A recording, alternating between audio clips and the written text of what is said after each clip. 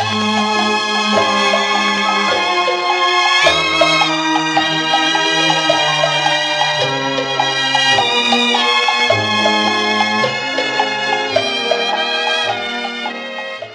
to the Old Time Radio Westerns. I'm your host, Andrew Rhines, and I'm excited to bring you another episode absolutely free. This is one of over 80 episodes released monthly for your enjoyment. Now, let's get into this episode. Sergeant Preston of the Yukon. Untang Honyohashi. Gold discovered in the Yukon. Back to the days of the gold rush.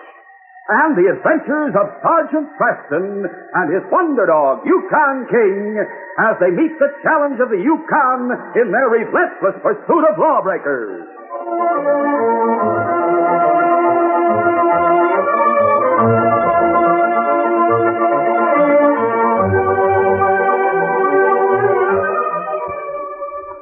The Quaker Oats Company, makers of Quaker Puffed Wheat and Quaker Puffed Rice, the delicious cereals shot from guns, and the Mutual Broadcasting System presents by special recording Sergeant Preston of the Yukon.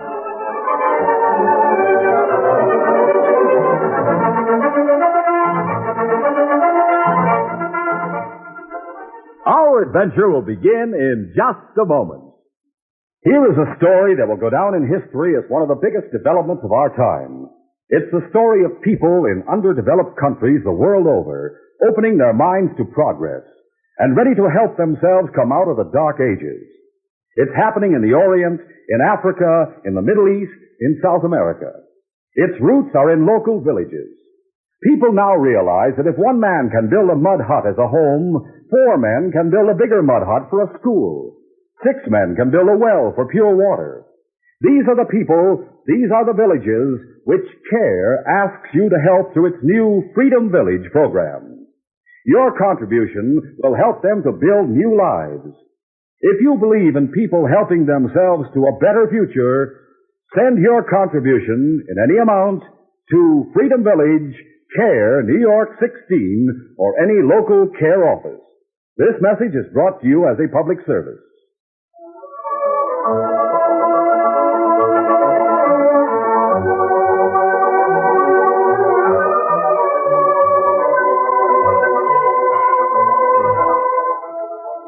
Dave Martin's Silver Dollar Cafe was one of the gaudiest boomtown establishments in Dawson, and its star attraction was a pretty young singer named Jane Falconer. It was early afternoon, and only a few men were on hand to applaud Jane's song. One bearded sourdough was particularly impressed. I'm going to bring her over here to our table. You, kid, she's Dave Martin's girl. Oh, who cares about Martin? Hi there, Janie. Hello, stranger. Run over and join us at our table. Sorry, mister, but you'll have to excuse me. Oh, now, don't be stubborn, Janie.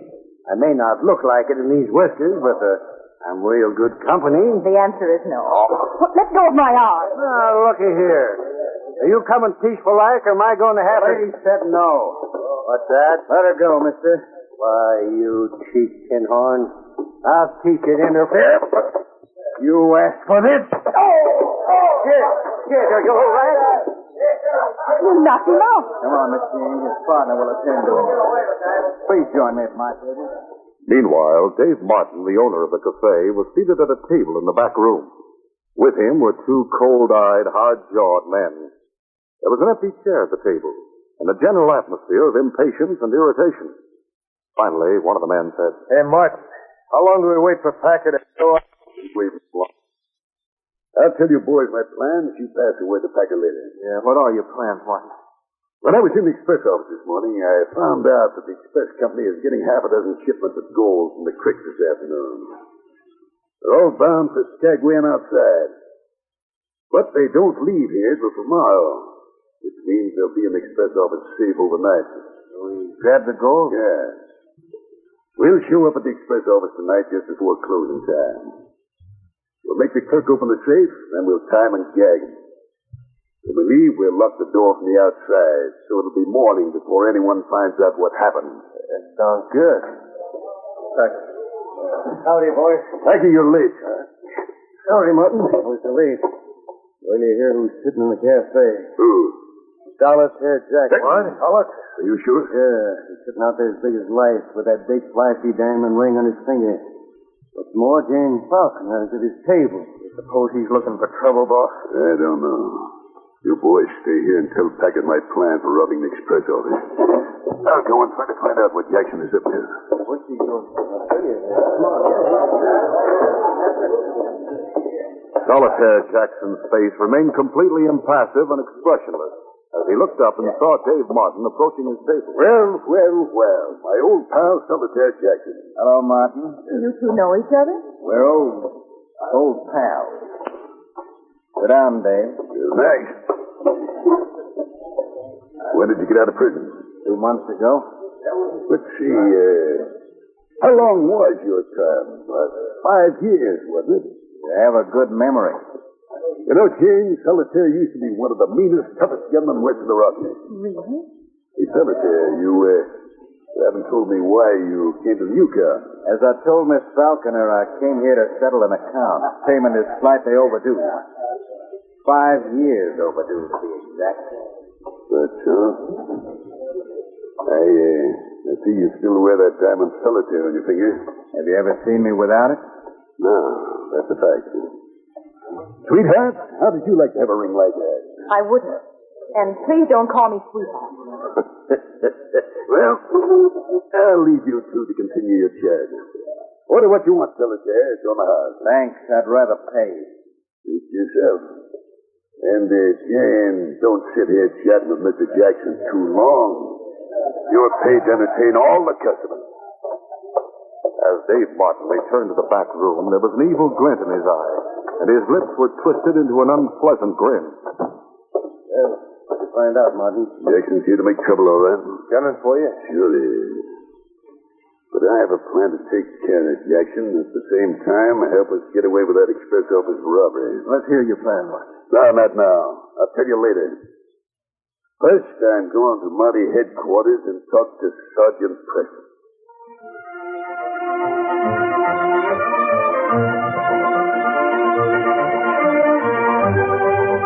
We'll continue our adventure in just a moment. Listen, all you fellas, girls, mothers, dads, everybody. There's something special for each one of you inside your package of Quaker Oats or Mother's Oats right now. It's a folder that offers you nationally known merchandise at savings up to 40% or more. Just use the little blue stars from Quaker cereal packages. They count like money toward such items for you fellas and girls as a Wilson Fielder's mitt, complete camera outfit, beautiful Love Me Baby doll, roller skate, tricycle. One of the items for you dads is a Remington Deluxe Shaver, regular $29.50 value, with 10 blue stars, only $18.83, a saving of over $10. And you ladies can save $40 on a 17-jewel Benrus watch. Just buy Quaker Oats or Mother's Oats, either quick or old-fashioned, round or square package. The folder inside gives you full details. Hurry! Save up to 40% or more on valuable and useful merchandise. Get Quaker Oats or Mother's Oats today.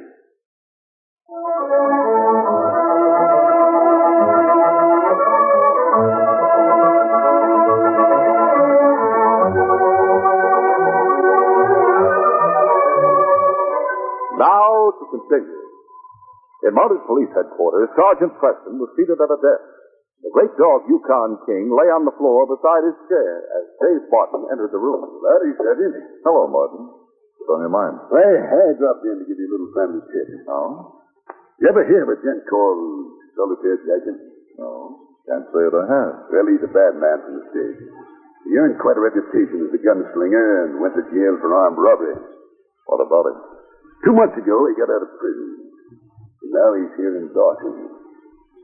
You might be smart to keep an eye on him. Thanks for the information. May I ask why you went to the trouble to warn me? All right.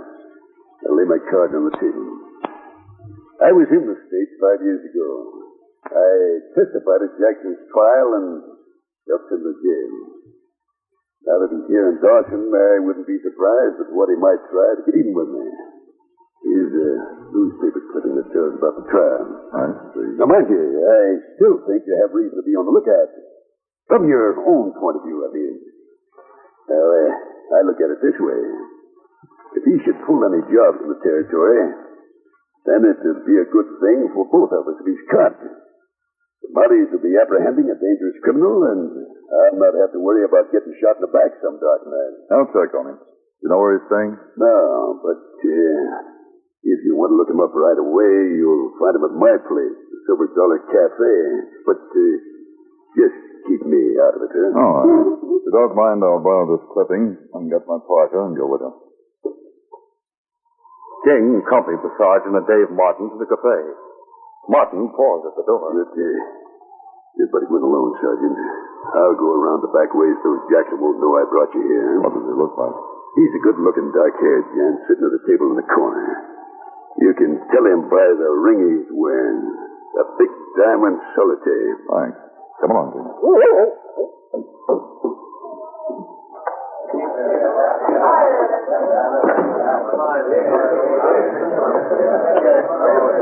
Sergeant Preston had no trouble locating Solitaire Jackson. He went directly to the table where Solitaire sat alone. Your name Jackson? That's right. I'm Sergeant Preston, Northwest Mounted Police. Like to have a few words with you. Gladly. Sit down. Thank you. That's a fine dog you have. His name's Yukon King. Howdy, King.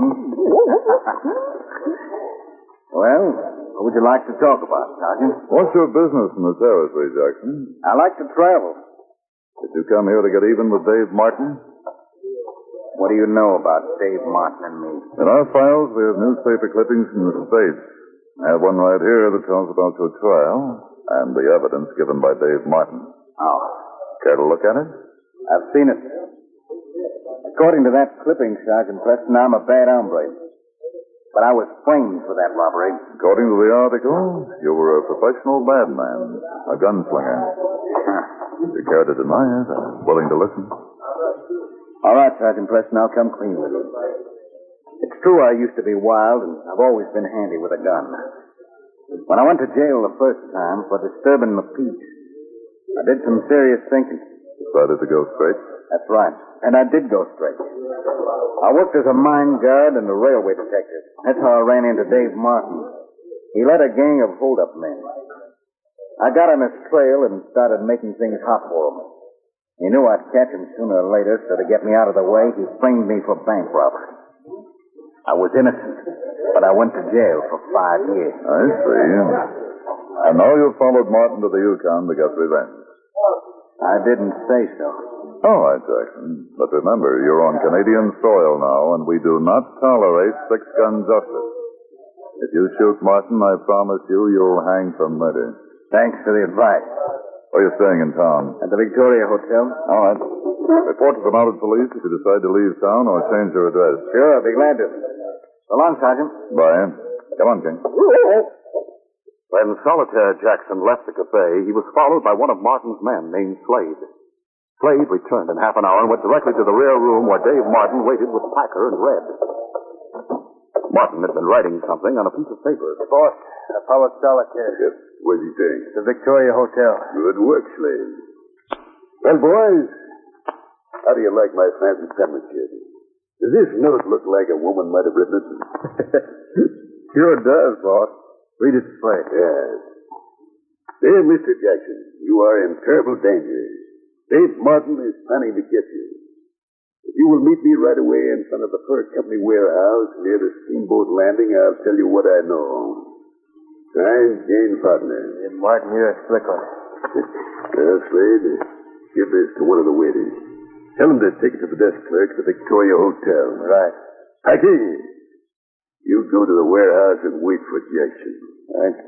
You'll know what to do when he shows up. Right, boss. Solitaire Jackson received the message and left the hotel immediately. He hurried through the early darkness of a Yukon winter. When he arrived in front of the Fur Company warehouse, Jane Faulkner was nowhere in sight. But suddenly, he heard a slight movement behind him and felt the muzzle of a gun jammed in his back. Keep your hands right where they are, Jackson. That message was just a trick to get me here. You figure things out fast. Start walking straight ahead. And don't try any false moves or I'll agree. Jackson was forced to walk ahead of Packer to a cabin on the edge of town. All right, inside, Jackson. Door's unlocked. Well, good evening, Solitaire. Hello, Martin. The It's nice of you to send a man for me. I might not have found this place by myself. Take his gun, Red. He carries in the shoulder holster. I have it. Now, Solitaire, hand over your diamond ring. Anything to oblige.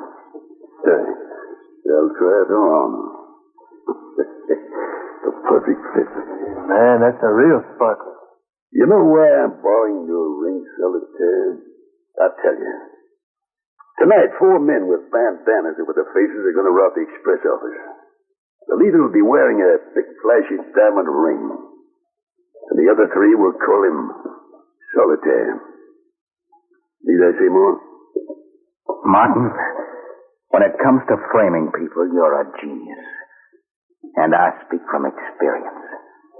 At 6 o'clock that evening, Jasper Greeley, the express office manager, and Constable Owen were alone in the express office. The last customer had left. Well, Constable, it's time to shut up shop. I'll go lock the door. As Jasper Greeley walked to the front of the office to lock up, the door was suddenly pushed open. Hey, what's this? This is you two, Constable. Hold up, huh? You put the mountie. He went for his gun. Come on in, you boys. Close the door. Keep your hands high, mister, and walk over to the safe. Now, wait. Moving. With nervous fingers, Jasper Greeley worked the combination of the dial. Finally, the heavy door of the safe swung open. Say, look inside, boys. That safe is really loaded. It'll be the biggest haul we ever made. Hey, Solitaire. All right, one of you tie this gun gagging. The other 2 remove the gold. Okay. Right, boss. Take it. Several hours later, Sergeant Preston stopped at the express office to see if everything was all right. He knocked on the door. He waited, then rapped again. But no one answered. Strange. Let's see if the door is locked. King, there should be 2 men in there. Something must be wrong. Sergeant Preston moved to the side of the office and looked through a window. By the light of his flashlight, he saw the constable sprawled face down on the floor.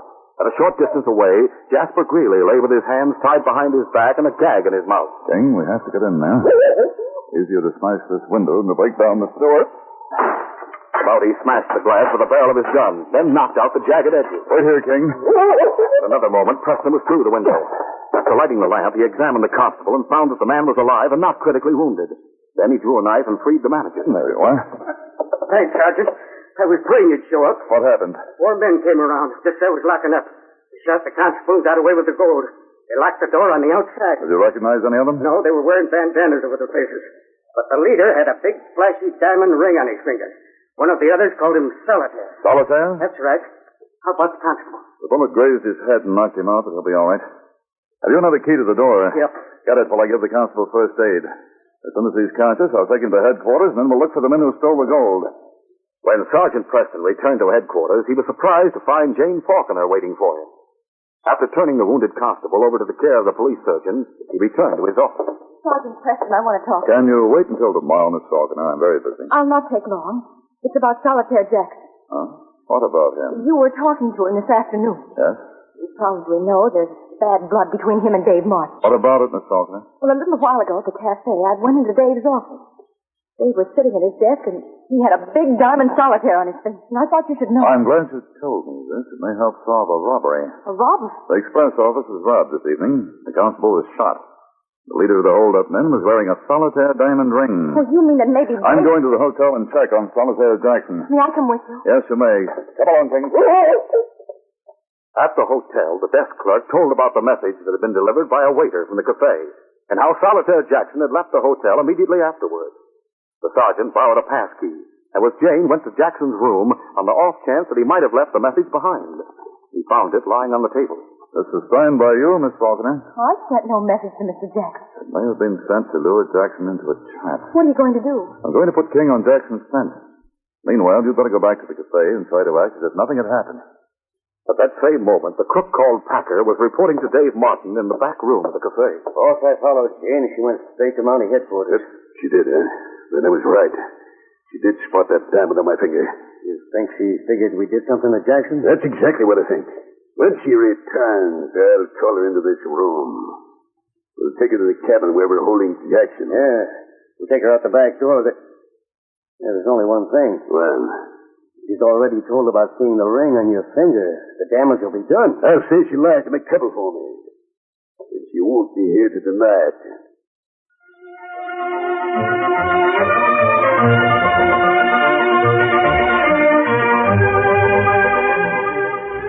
We'll continue our adventure in just a moment. Have you been wishing you could actually see Sergeant Preston in action? See him riding his big black horse Rex, capturing lawbreakers with the help of his courageous dog Yukon King? And when winter comes, would you like to actually see the terrifying avalanches and snowslides in the coldest country of the north? Actually see a pack of huskies pulling a dog sled over endless snowdrifts? Well, listen to this. Sergeant Preston of the Yukon goes on television next week. These exciting news stories of courage, bravery, romance, mystery will fascinate men, women, boys, and girls, and will be brought to you on a coast-to-coast TV network starting next Thursday, September 29th, by all the Quaker cereals: Quaker Puffed Wheat and Rice, Quaker Oats and Mother's Oats, Muffet Shredded Wheat, and Quaker Crackle 10. Now, did you get that date? Write it down. It's next Thursday evening, September 29th, the premiere of Sergeant Preston of the Yukon on television. It's something new and different in television for the whole family. Check your newspaper for the time and the station nearest you.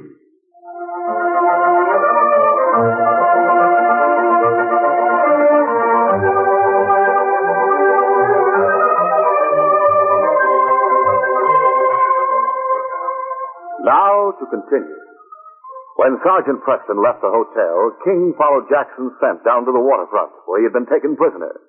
From there, the trail led to a small, windowless cabin on the outskirts of town. Inside the cabin, Solitaire Jackson was gagged and tied to a chair, while Red and Slade were seated nearby. The crooks were taken completely by surprise as Sergeant Preston kicked open the door. Get your hands up over their body. Now, Jerry. Don't shoot, Money. I'm refused. Smash my hand. Bullets struck your gun. You're not hurt. You're both under arrest. Keep your hands up. Sergeant Preston disarmed the crooks and then ordered Slade to untie Solitaire Jackson and remove his gag. Now stand beside your pal and face the wall. Yeah, all right. Watch them, King. How did you find me, sir? King trailed you here from your hotel. I suppose it was the express office robbery that made you go looking for me. That and the fact that Dane Falconer suspected something had happened to you. What do you mean? She saw your ring in Dave Martin's possession and became worried.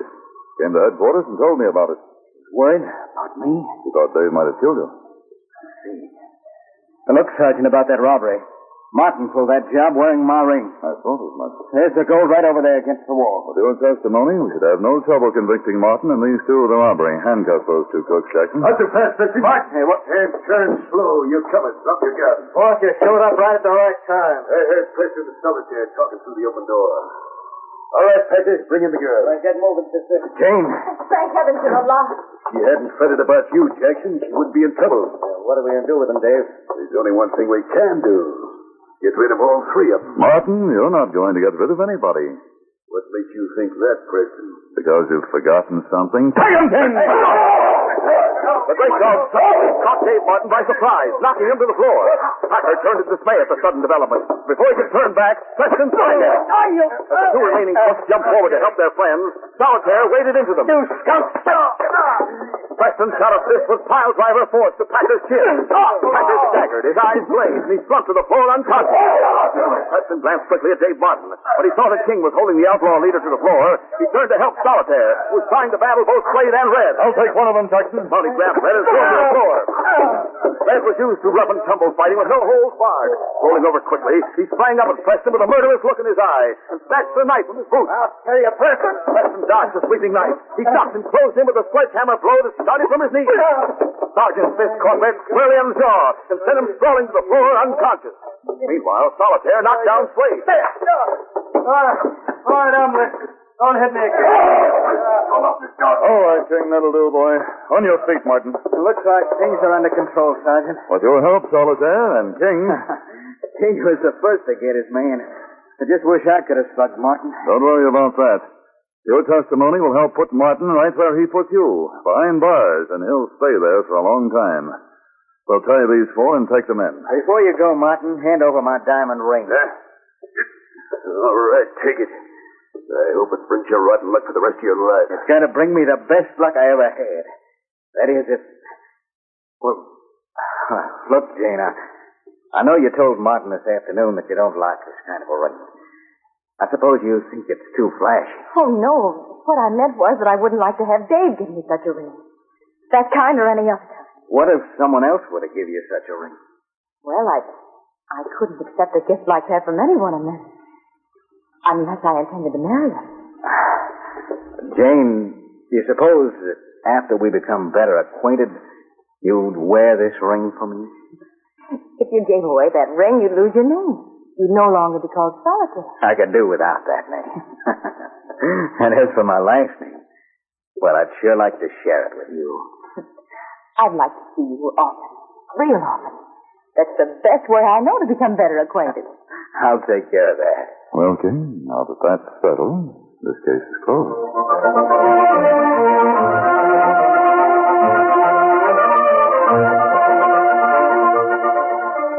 Sergeant Preston will return in just a moment with a word about our next exciting adventure.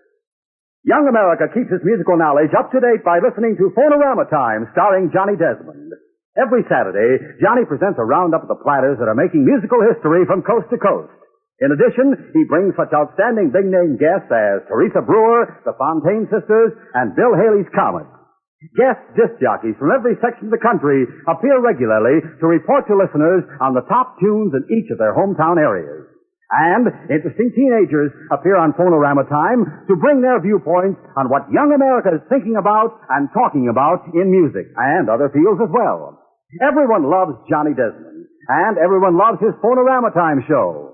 So gather your friends and fellow music fans around this Saturday and every Saturday for the musical session you can't afford to miss. Phonorama Time, starring Johnny Desmond on Mutual over most of these stations. And now, here is Sergeant Preston. Reporting for duty, Inspector. Sergeant, I want you to get up to the Black Forest as quickly as you can. Trouble among the Indians, sir? Trouble between the Indians and the miners on Big Bear Creek. Chief One Nook's son is dead. Oh, sorry to hear that. He was a fine boy. Maybe that he was murdered. It'll be up to you to find out, Sergeant. Yes, sir. I'll start for the Black Forest at once. But as the sergeant drives out of Dawson with the great dog King at the head of the team, 2 more Indians are found dead in the northern forest. And Chief One Nook swears that only a massacre of the miners can even the score. Don't miss this next exciting adventure.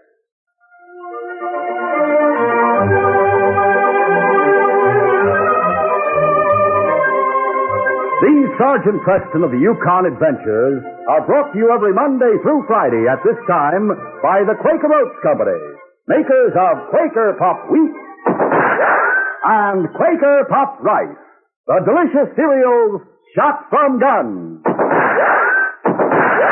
By special recording in cooperation with the Mutual Broadcasting System.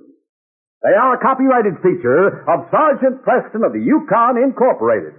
Created by George W. Trendle, produced by Trendle Campbell Mule Incorporated, and directed by Fred Flowerday. The part of Sergeant Preston is played by Paul Sutton.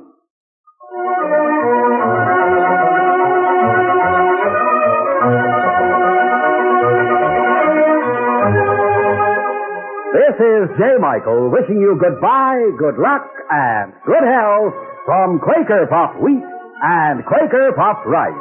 So long. This is Mutual, Radio Network for all America.